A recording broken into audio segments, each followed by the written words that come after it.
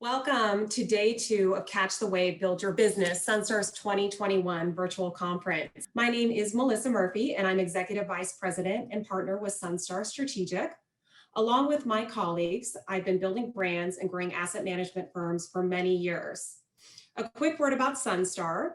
SunStar offers strategic marketing programs to help financial companies attract, maintain, and grow clients. Our core services include comprehensive PR, centering on media relations with the business and financial press, as well as creative marketing strategy and execution. As an agency, we have been at this for more than 30 years. Again, it is my pleasure to welcome you. I'm moderating our first panel, Marketing Case Studies, Strategies and Tactics for Mutual Fund and ETF Firms. A couple of items before we begin. You can enter your questions at any point using the Q&A icon at the bottom center of the screen. And we'll look at those questions in a bit. Recordings of all the presentations will be available soon. So to kick things off, it is my pleasure to welcome our panelists, Terry Nilsen, President and Chief Operating Officer of Hennessy Advisors, and Noah Hamman, Founder and CEO of AdvisorShares. Thank you both for being with us. Thank you for having us. Great. Well, to begin, just for the attendees that may not be familiar, it would be great to receive to hear a quick overview of your firm and your role. Terry, why don't you kick us off? Sure. Well, thank you, Catherine and Melissa and the whole team at SunStar for having us and for presenting this. I know that everyone who's listening in will appreciate it, and we do really appreciate you guys. My name's Terry Nilsen. I'm the President and Chief Operations Officer of Hennessy Advisors. We are based just north of San Francisco in California, and we run about 4.1 billion in 16 mutual funds, equity, and some really nice core specific funds. And we've been doing this for quite a while. My role as president, I'm not the marketing officer, but I do sort of always want to be the marketing officer, which drives everyone crazy. So thank you so much for having us, and I really look forward to today's discussion. Thank you, Terry. And Noah? I'm Noah Hamman with AdvisorShares. We have 21 actively managed exchange-traded funds, just over 2.2 billion in assets under management. I'm the founder and CEO, but it's a small shop, so everyone does a little bit of everything. But I'm mostly involved in the product development and the marketing side of things. Great. Well, with that in mind, I think it's a wonderful dynamic to have the ETF and the mutual fund perspective of this discussion, especially when it pertains to sort of the boutique end of the spectrum within the industry. So I think that this is going to be a really robust and exciting discussion. Why don't we start with that 30,000-foot view? Terry, take us through your just sort of overarching marketing strategy. And as part of that kind of discussion, if you can address sales integration in the context of your overall strategy, I think that would be really helpful to our attendees. Sure. So we started really tiny also. We're still only 20 people, and we really started with no clients, no assets, no heat, no air conditioning. We were pretty small, no revenue. And when we launched our first fund, we really realized that it's not just about the fund, but being a student of the mutual fund industry and a student of the mutual fund for your shareholders. And in order to do that, you have to be unique. You have to have a story to tell. And we started out with formula-based funds. Over the years, we have, of course, evolved and we've done a lot of acquisitions. We grow by organically and by acquisition. We've done 10 acquisitions for the assets of over 30 funds, and looking to partner with all of our sub-advisors going forward. So we developed into this three-prong approach for marketing. We use traditional sales and marketing, really good national sales distribution, and PR. So that three-prong approach has really done well for us. It allows us to tell our stories the right way.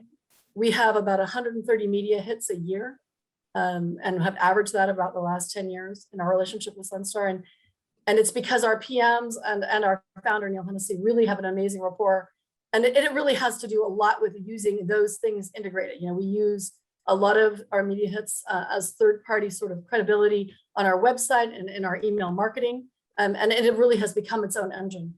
And that has helped us to develop sort of this sales, marketing before sales, so that we are really all telling the same story, including with our promoting our fantastic portfolio managers. Great. Thank you. And Noah, your approach? So for us, from a marketing perspective, it's, really focusing on the things that we can control.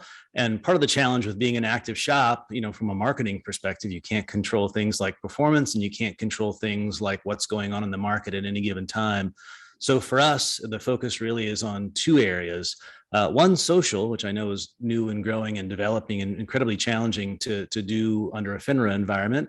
But we've been aggressive with that since our inception. And then the other is dynamic content, being much more aggressive about, controlling our own destiny, leveraging media relations, leveraging our own portfolio managers, and getting beyond just the traditional, quarterly manager commentary and fact sheets, but, videos and things like that to drive engagement with people.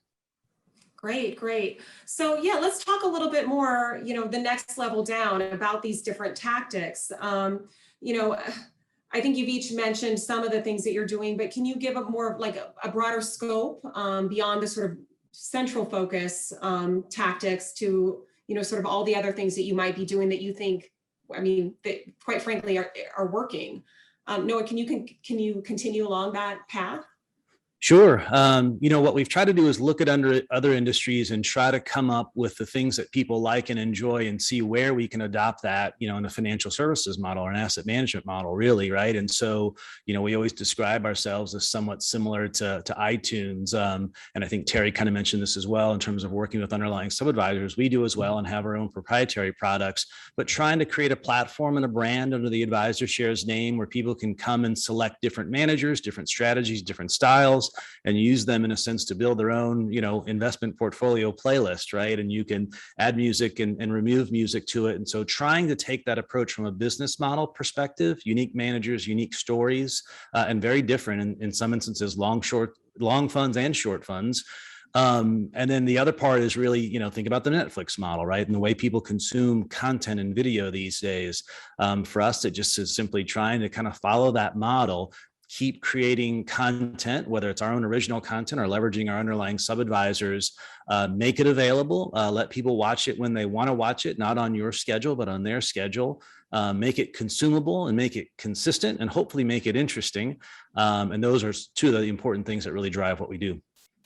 Great. And Terry, more. So I think we're a little bit more traditional because of course we are more mutual funds. And I think that there is going to be this sort of movement, a lot of what you're talking about and a lot of what we continually do. I think that's going to merge more from the ETF and the mutual fund world. I think we're really looking to participate with that. We're very interested in perhaps launching ETFs or partnering or looking to acquire because that is sort of our history and our tradition. But what we do is a lot of digital engagement, direct to some of our great partners in the broker-dealer world. And trying to also evolve what you're saying, become more approachable, make your content more approachable, even via FINRA, right? You want to be, you want it digestible in a world where there's so much out there that they're digesting, right? And money is important. People's investments are important, and trying to keep that strength too, and that cohesiveness between the financial services world and this consumable digital world. I think that's what we're really about. We really want to get our message in the right folks' hands. And that's going to be tricky for all of us going forward. We're a little more traditional. We're going really toward advisors and toward the broker-dealer, independent broker-dealers, investment professionals, but they want to have more approachable content to talk to their clients about. So we are really trying to do a lot more of that.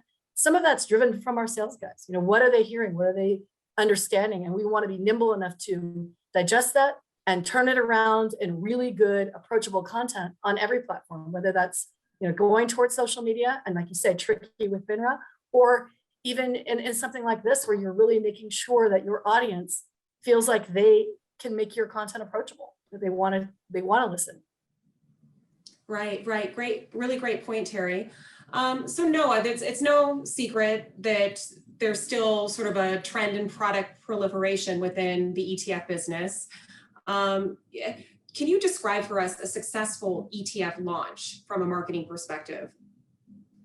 Well, probably our most recent, is in a bit of a niche category, but it's in the cannabis investing space, right? So an emerging area where something that is, historically illegal and maybe illegal, still illegal at a federal level, but legal at a state level. But obviously growing out of that, I would argue in some ways no different than how an Airbnb or an Uber had to kind of navigate into the marketplace, right? A lot of what they did didn't fit with the hotel licensing or taxi medallion rules. So you see that happening in the cannabis space today, though there's an interesting dynamic when you think about the medical aspects of it. It's hard to invest in the space. Our ability to build a product and make it easy for people to access it, this sort of growing trend, growing theme, and active being an important part of it, because not every company is going to make it when you're in these early emerging whatever industries, right? Similar to sort of internet in the 80s and early 90s. But we launched that product middle of last year, US company focused, had to take some unique steps, including getting an opinion letter for our registration statement, which is not a normal process in filing a registration. But thankfully, as a small shop, it, caught fire, very social media driven. Even to the point where people were creating hashtags out of the investment theme, this MSO gang that started to proliferate on Twitter. So when you see things like that happen really organically, right? We didn't drive that, but you're sort of hitting on a need and hitting on a demand. And so all of it seemed to work well. And, fast forward to today, the fund's now below $1 billion, but we raised $1 billion pretty quickly. And in fact, most of it came over the course of 2 months in the beginning of this year. So definitely very successful, but a long, road ahead, I think, with that product, but a great opportunity where an idea, the speed of social media, the ease of accessibility in an exchange traded fund, you can buy it on Robinhood, you can buy it on Fidelity and Schwab and all those places on day one, created the opportunity to have a nice launch. Great. And, Noah, just kind of stick with that and kind of, I don't know, take it back to yesterday's ETF panel, which focused a lot about sort of bringing product to market. And, one of the panelists, Sonia, she suggested that, what a key element to success is really sort of like anticipating or sort of determining demand. Was that part of your process, or is that part of the launch process when you look at sort of what products you think will have, be compelling in the marketplace? You try to, determining demand is tough. We've done that plenty of times with investment strategies. And, what people are interested in, what they'll actually buy are often, two different things. And so, honestly, the approach with this was just sort of seeing the opportunity coming, right? And then trying to be the first at it, which we really weren't, but we're able to sort of leapfrog with some unique aspects in the product and the strategy. We knew there was some underlying interest, right? You can almost follow social trends and see what people are talking about, and then just sort of capturing that. So it wasn't, I wouldn't say it was about demand or assessing the demand, but it was just about, eyes open, seeing where the opportunities are and creating something interesting and unique that could leverage our expertise. Great. And Terry, you mentioned earlier, looking at, I don't know, getting feedback and talking to sales and sort of integrating that into, the marketing strategy and looking at what the advisor wants and maybe even what the advisor's client has said, and having this, sort of accessibility and, I don't know, content that people can relate to. Do you feel like it's most successful if sales is feeding marketing, or if marketing is feeding sales, or does it have to be this sort of like continual dynamic? I think it has to be a really continual dynamic, especially in traditional asset management. I think that, we don't have the benefit of sort of the go to launch with a hot product that people are talking about. We're still broadly distributed by a lot of traditional asset management. I think when you talk about sales and marketing and that dynamic, if you can have a sales team that's willing to say, gosh, you guys, these advisors talk about this, or this firm really likes this. And then a really good example, I love that Noah did the cannabis example is great because it's such a case study. For us, it was Japan. We have 2 Japan only products that were very, very small when we took over that relationship and kept that sub-advisor. And those sub-advisors were actually located in Japan. They're an amazing active manager, so successful. But that story, a lot of people, deflation, aging workforce, Japan's no longer the second largest economy in the world, all these hurdles. We just kept telling the same story over and over again. That had a lot to do with the push and pull between sales and marketing.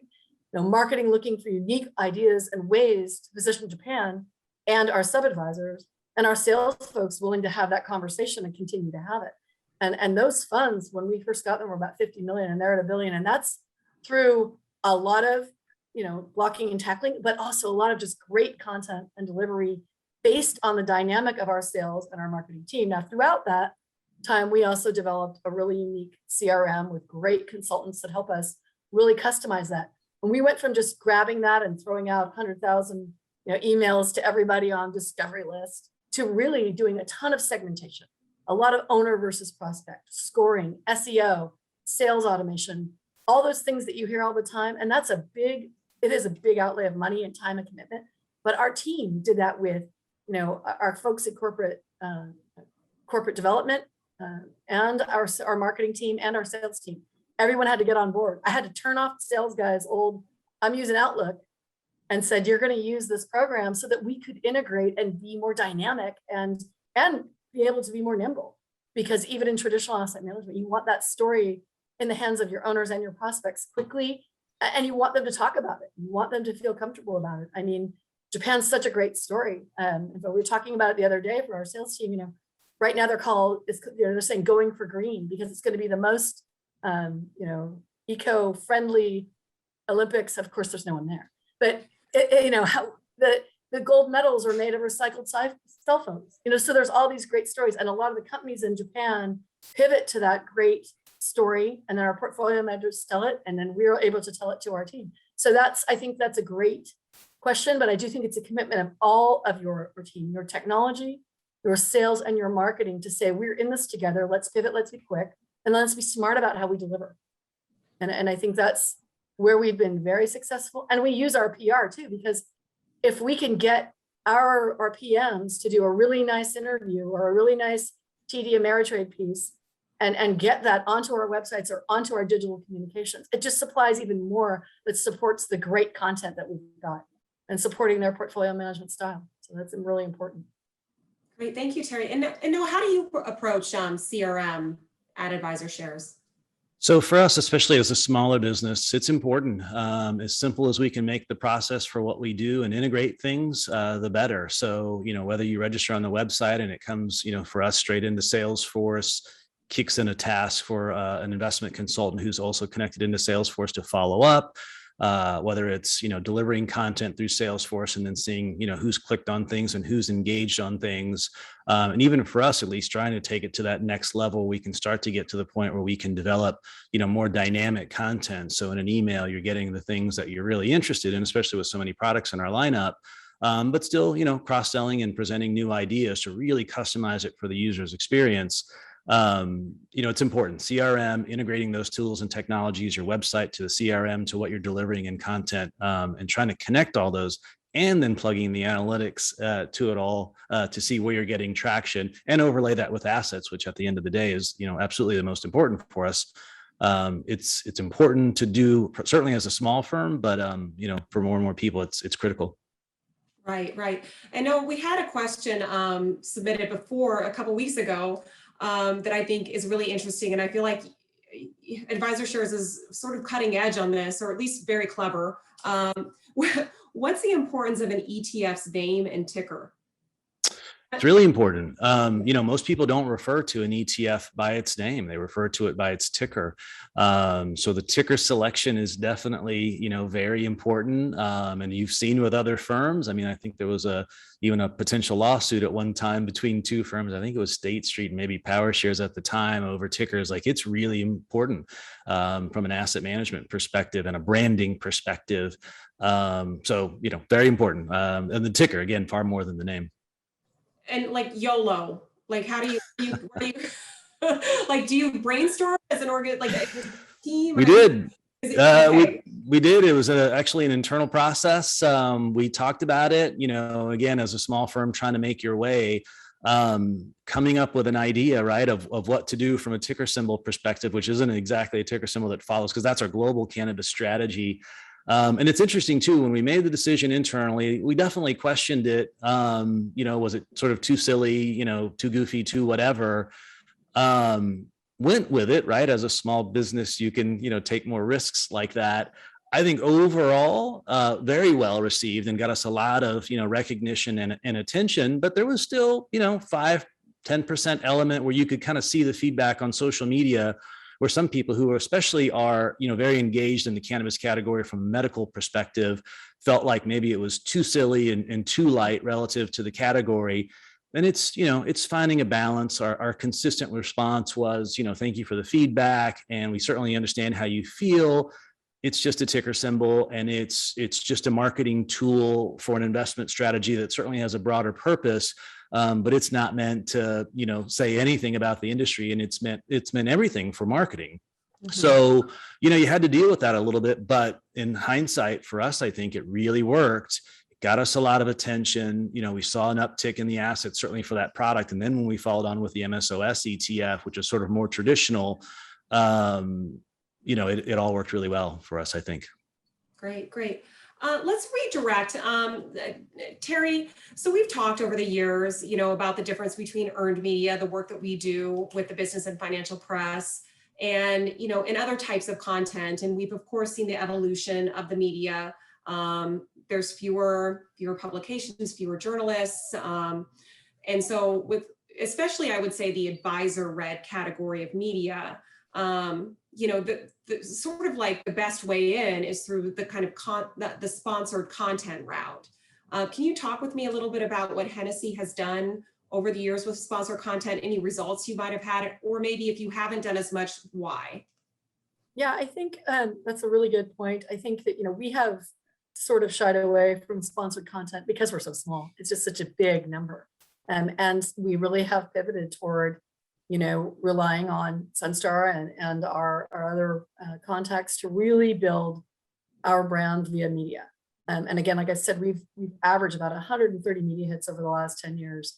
And so that, you're going to hear our name every couple of days somewhere. And that does make a difference.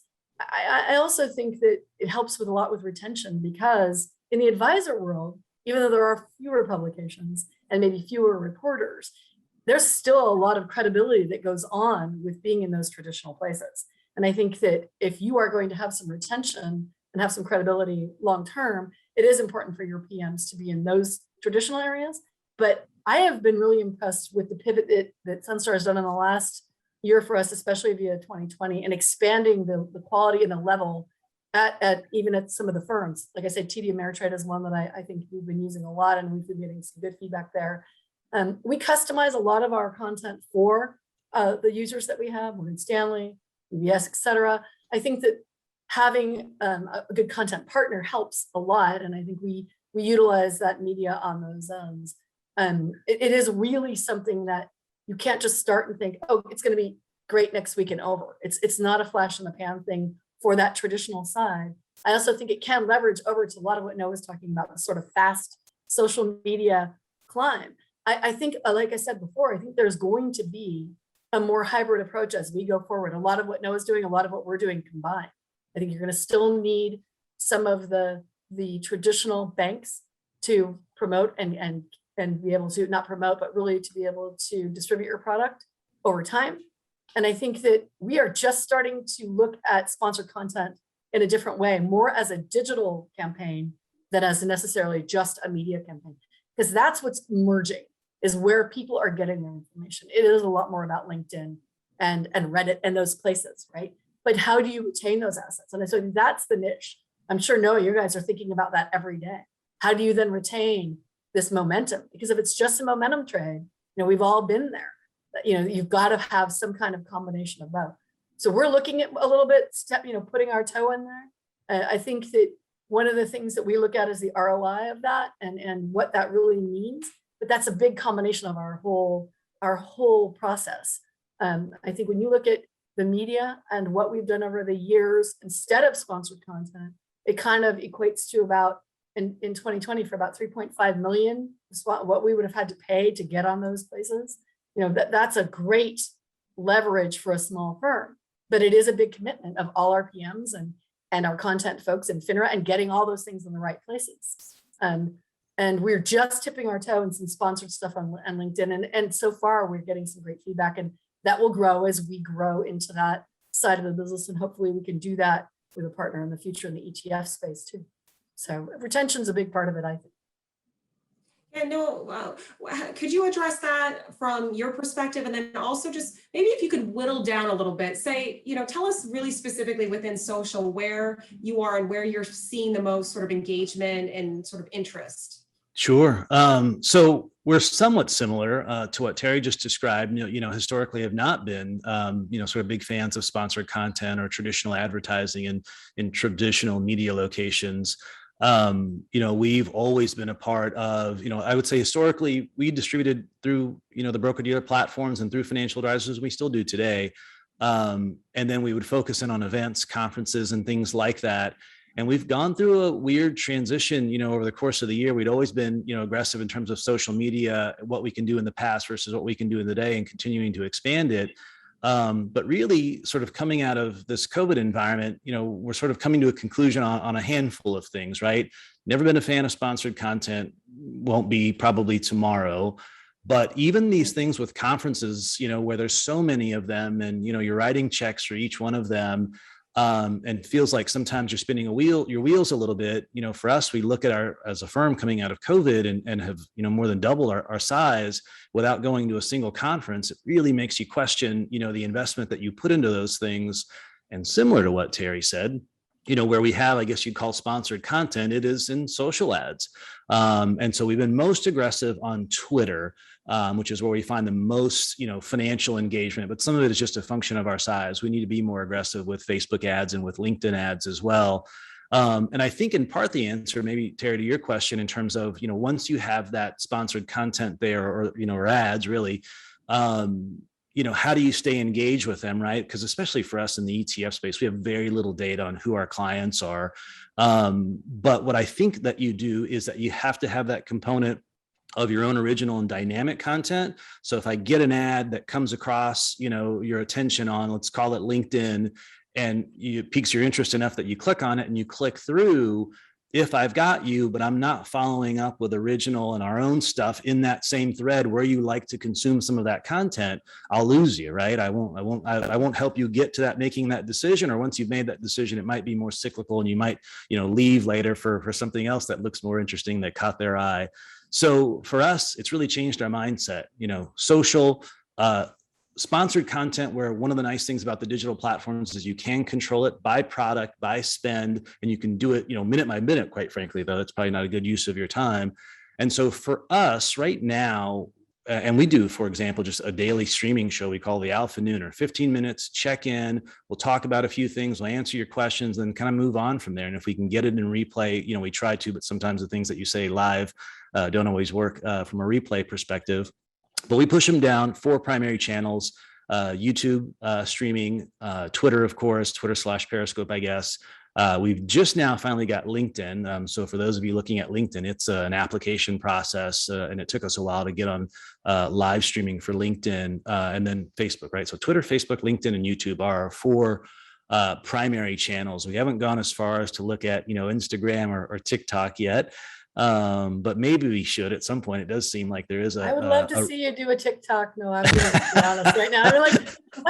I'm just thinking, okay, I'm in. Sign me up. I'm ready. Let's go. Well, and that's been the interesting dynamic for the 2 cannabis strategies that have really kind of launched over this time frame. Is for the most part, that's retail money. We have very few platform approvals. We have the RIA platforms, but even RIAs are still, looking at that space. They sort of mentally put it, in the crypto category, right? But some advisors are really into it, of course. But the vast majority of the, between the 2 products, we have roughly 1.3 billion in them.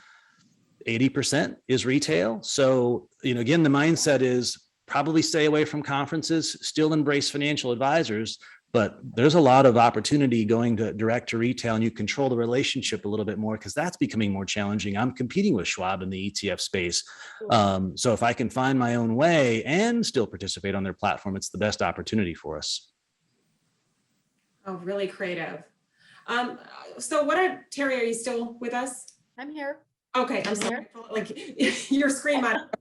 I know, sorry. Before we turn it over to the Q&A, and I see that there's been some questions submitted, let's talk real quick about ROI. How do you decide what's been successful? I mean, is it just, are we bigger in AUM, or is it, What other ways do you look at, assessing the value of your marketing? So I can answer that quickly. I think, like I mentioned, that the advertising part of it versus PR, but there's more than that, right?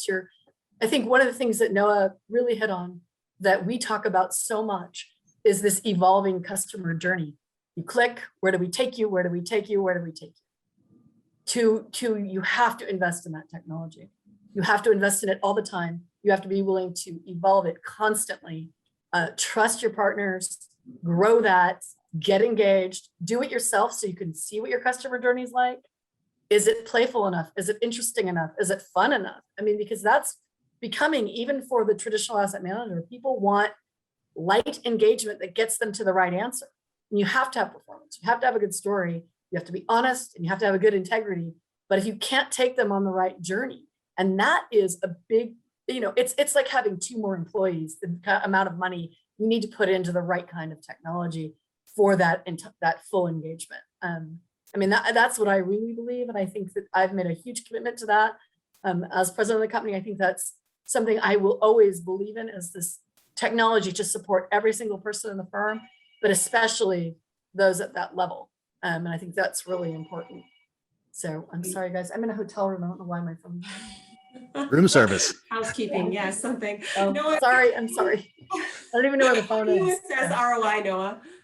So it's hard for us, right? So to put aside marketing and the social things that we've been talking about, just the traditional business model, right, of having a product and being on platforms and knowing who's a client and who isn't, in the ETF space, incredibly challenging. And you see sort of every year there's more and more data opportunities, and we have access to things like 13F filings, but it's not, what you're used to in the mutual fund industry by any means. So we start off ROI challenge. So when you add in where you're spending marketing and where you're doing those things, it's still tough to put, a real dollar value on it. So, a little bit of what you just described, Melissa, we're very top line focused. We'll do 2 things, right? We're sort of setting budgets, right? And trying to know what we can put to work. But then we make that decision from there, right? Terry just said, if the story isn't working in the current environment or performance isn't there, you don't want to spend the same amount that you're spending on something else that really is taking off and getting that attention. And so the ability to dial up and dial down the spend on the advertiser or sponsored content is incredibly important. But it's still hard for me to pin it back to, well, I raised this amount of money. So it is, it's top line growth on the asset side. And then it's top line assessment in terms of what we're going to spend on that budget and where we're going to spend it. Great. So we do have some questions. Thank you to our attendees for submitting some questions. There's a lot of interest in social, so stay there here. Now, and Noah, specific to you, how did you use social media for your last ETF launch? Can you give a little detail as far as sort of that overarching approach? Sure, though, if it's okay, I might go back, even further, almost to our inception. I mean, when we started the company a little over 10 years ago, even then, social was around and we knew we wanted to be a part of it, but it was so limited as to what we can do.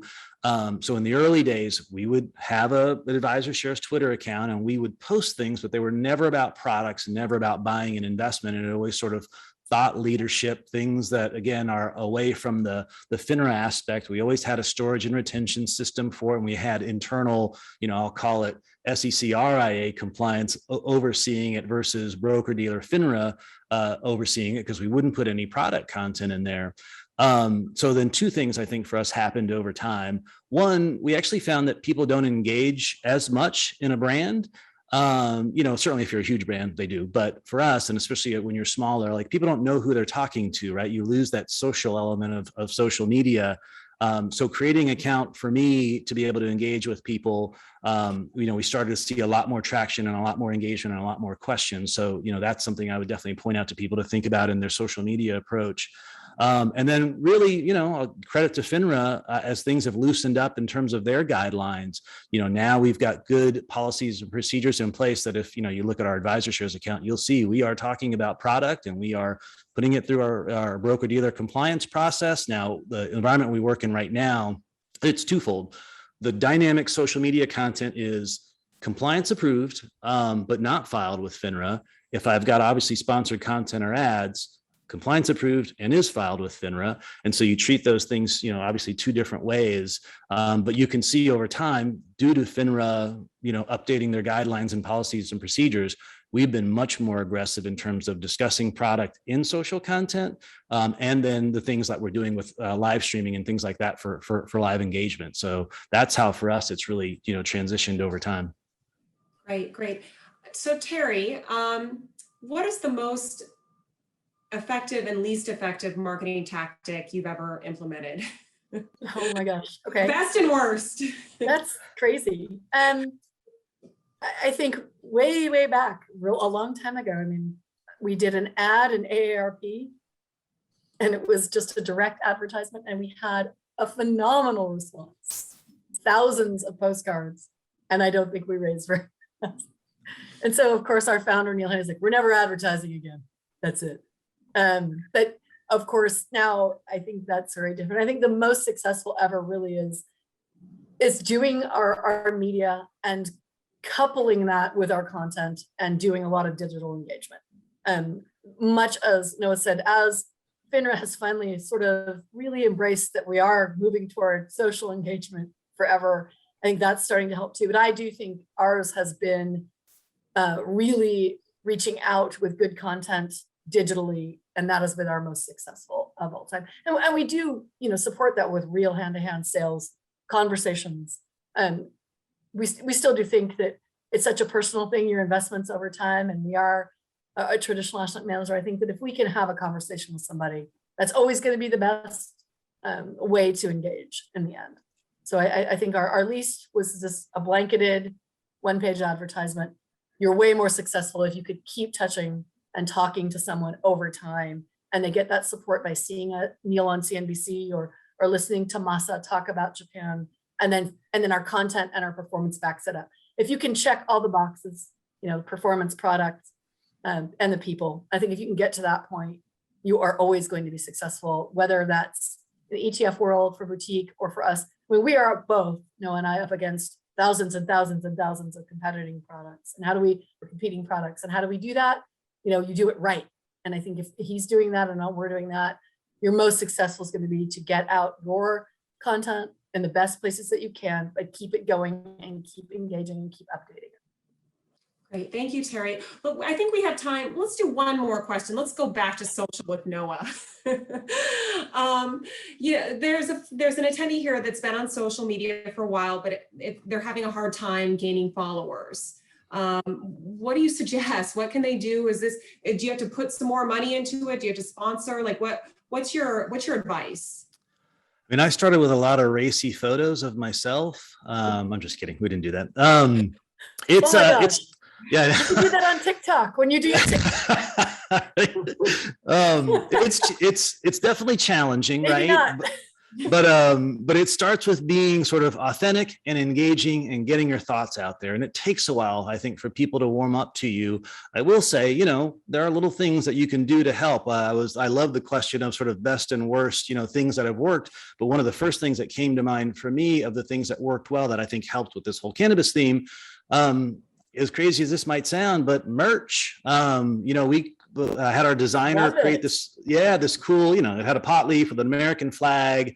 It was a really cool design, and we just gave away shirts. And I would just, I'd get on social and I would say, who wants a shirt, right? And randomly pick someone and then send it out. And, they wouldn't see it if they weren't following me anyways, but it just starts to get more engagement. People share it. So I think the more you can share data, if you can be smart, right? So data, you can be funny, right? It's hard to be sort of too controversial or too edgy, though it's easier when you have a cannabis product to do it. But the merch thing too, I was surprised, people love t-shirts or they love a hat. And then the cool thing is when you see them, when you give them something like that, right? And then they post a picture and then they tag your, cash tag app, your ticker symbol, which, with no time to get into, the strategy around cash tagging and hashtagging and how you use those to draw more followers in. But all those things will help them get more followers. Be consistent, be on there, and you'll find you'll start to get to a point where you're like, oh my God, I'm spending, too much time on social media. But, it feels like for us, at least as a smaller firm, time well spent. I think over time we have to, as a small firm, start to bring more faces and voices into our social media, right? It just can't be me all the time. And we try to bring more of our managers onto it, but depending on who you're talking to, their comfort level, changes. But that, all those things I think matter in terms of driving those followers. Don't do the thing where you try to buy followers. They won't stay. It's like, cyclical assets. Be engaging, enjoy doing it. If you don't enjoy doing it, find someone in your firm who loves it, and let them, within compliance limitations, go crazy on it. And hopefully they're smart, and hopefully they're funny, and all those things will help. Very, very good advice. Thank you so much, Noah. And Terry as well. We've reached our end point here. There are more questions. We will address those separately. And we're also, again, going to post our content, this recording and other related materials online soon. It takes a while to get it all organized, but we will do that. So thank you both so much.